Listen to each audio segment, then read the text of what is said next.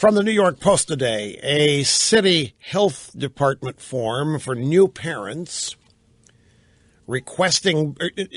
Listen to this, folks. I just don't want to let the words and syllables go by here. I want you to really pay attention to this.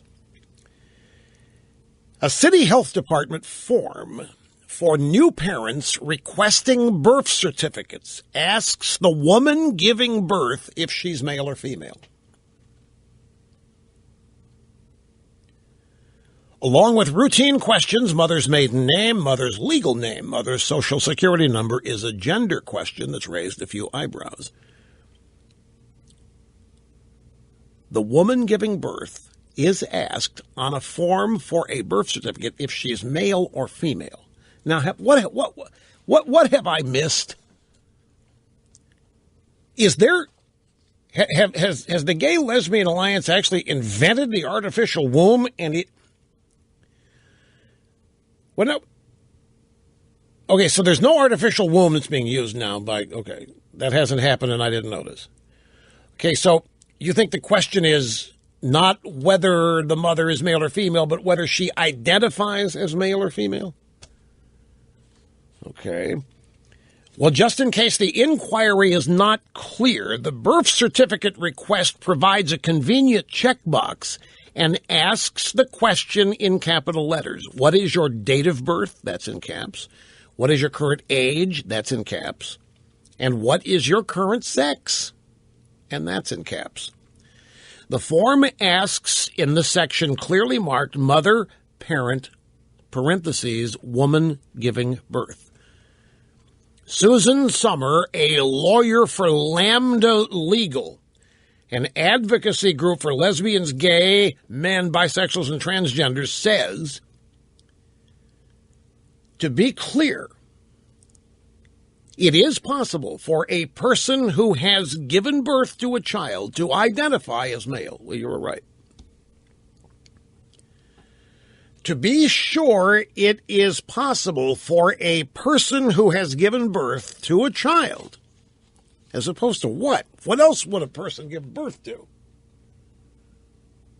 Anyway, to identify as male. This from the Lambda Legal Group, the advocacy group for lesbians, gay men, bisexuals, and transgender people. Susan Summers said that given various transgender stages, there is room for the person who gives birth to check the male box. Now, folks, what is happening to our culture here? This is clearly a pandering to such a small minority of our population. And attempts to redefine, in the flat-out face of common sense, what we all know to be impossible. A man cannot give birth to a human child. It just can't happen. And yet, on an official birth certificate application form in New York State, it sure as hell can. It can be recorded that the mother who gave birth was a man. Now, in the old days of the outlaw Josie Wales or John Wayne movies, something like this, the people who proposed it would be told to go pound sand. Instead, what happens now is that everybody gets scared, worries that somebody's going to be offended, political correctness takes over, and this kind of nonsense insinuates itself into what we all consider just the ebb and flow of normal human culture, and it's not. There's no way a man can give birth. But we have to acknowledge that to some people it's possible. And if they think it's possible, if they identify with it, then we've got to put it on the form. Otherwise, we don't want the lawsuit. We don't want the hassle.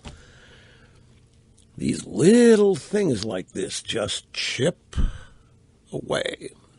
And it's further evidence of how so much of our culture is being bent and shaped and formed and whatever by genuine minorities who have grievances over who they are and then what everybody thinks about them.